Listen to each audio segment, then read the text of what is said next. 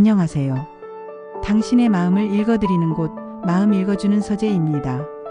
여러분 혹시 이 나이가 되어서도 사람 때문에 마음이 헛헛하고 밤잠을 설쳐본 적 있으신가요? 살 만큼 살았으니 이제는 사람 관계가 좀 편해질까 했는데 웬걸요. 나이는 들었어도 사람에게서 상처받는 건 20살 때나 60이 넘어서나 똑같이 아픈 것 같습니다. 오늘은 저희 서재의 드라마 책장이 아니라 지혜의 책장을 한번 열어볼까 합니다. 우리가 착한 사람이 되기 위해 억지로 참아내고 품어주다가 오히려 내 마음이 병들었던 그런 관계들에 대한 이야기입니다. 지금이라도 우리의 마음 평화를 위해 현명하게 거리를 둬야 할 사람은 과연 어떤 유형일까요? 첫 번째는 나의 이야기를 안주 삼아 옮기는 확성기 같은 사람입니다. 참 이상하죠. 유독 그런 사람들이 있습니다.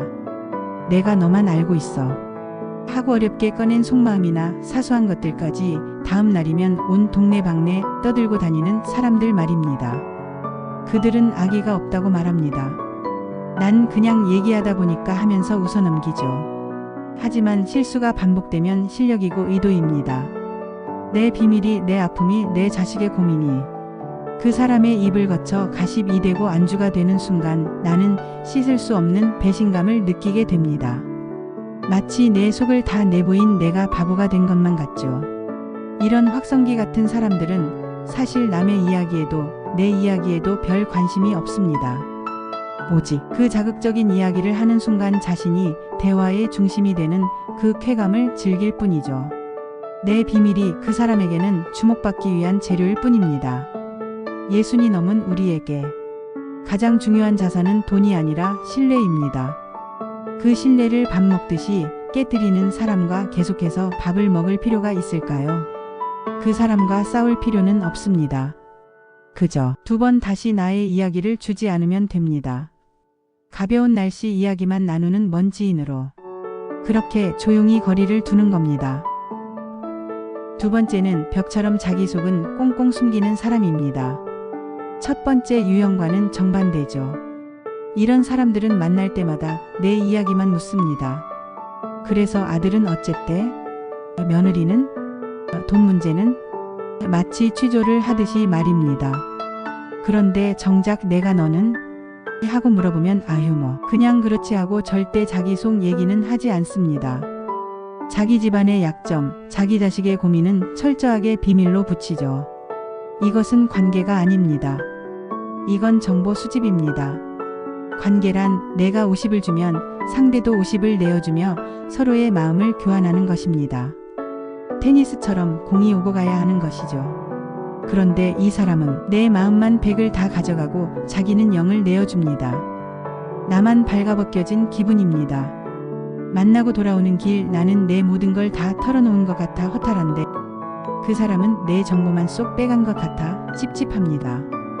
이런 벽 같은 사람에게는 받는 만큼만 주면 됩니다.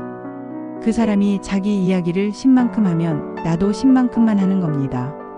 그 사람이 벽을 치고 있다면 나도 굳이 그 벽을 뚫고 들어가려 애쓸 필요도 내 벽을 허물 필요도 없는 것이죠.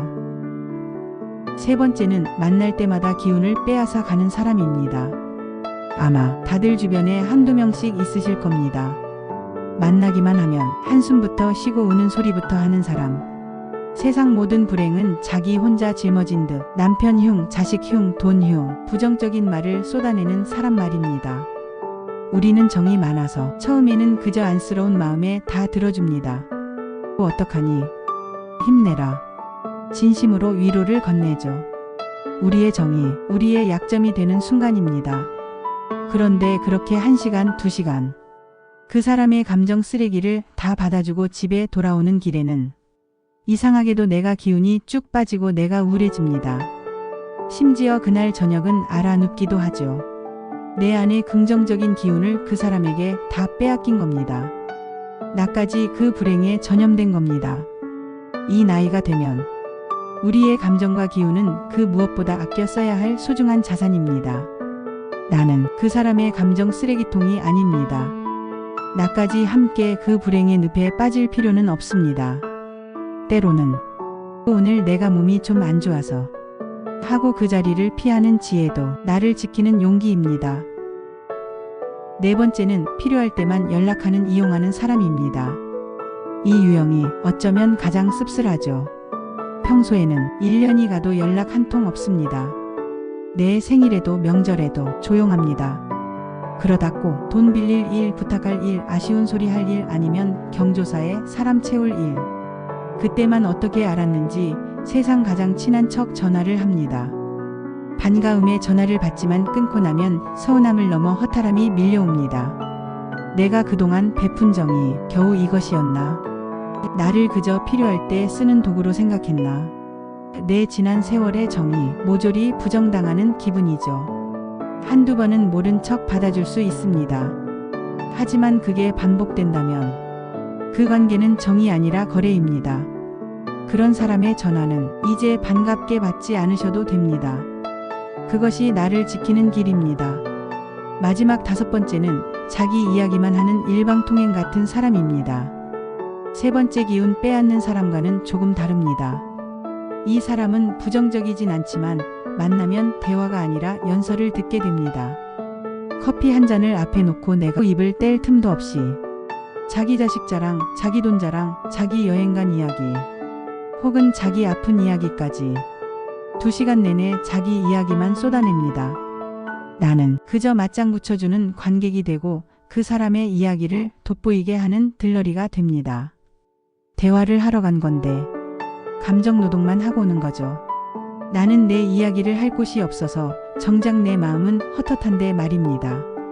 관계는 일방통행이 되어서는 안 됩니다. 나의 소중한 시간과 존중을 그런 사람에게 무료로 내어주지 마세요.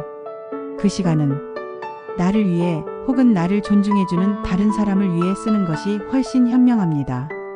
첫 번째부터 다섯 번째까지 이야기를 듣는 내내 머릿속에 떠오르는 얼굴들이 있으셨죠.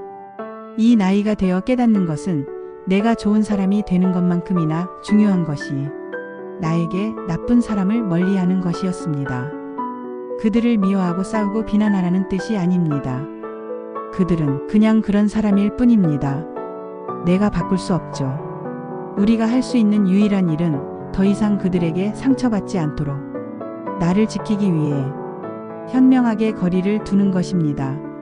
예순이 넘은 우리에게 가장 큰 성공, 가장 큰 재산은 시끄러운 인간관계가 아니라 고요하고 평화로운 내 마음일 테니까요.